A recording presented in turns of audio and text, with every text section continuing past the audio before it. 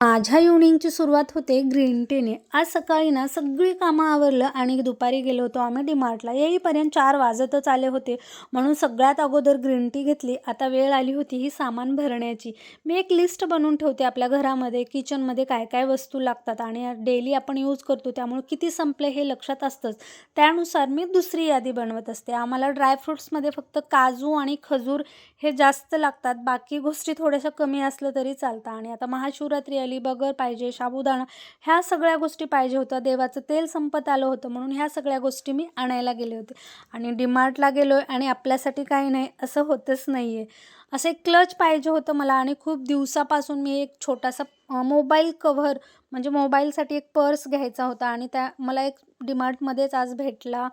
तर आता जेवण वगैरे बनवायचं आहे आणि देवाला दिवा वगैरे लावायचा आहे. जप आज तसंच मागे राहिला, जप करते, आता दिवा वगैरे लावते. चला तर मग असा होता आजचा दिवस आमचा. व्हिडिओ आवडला तर सबस्क्राईब करा. चला बाय, भेटू नेक्स्ट ब्लॉगमध्ये.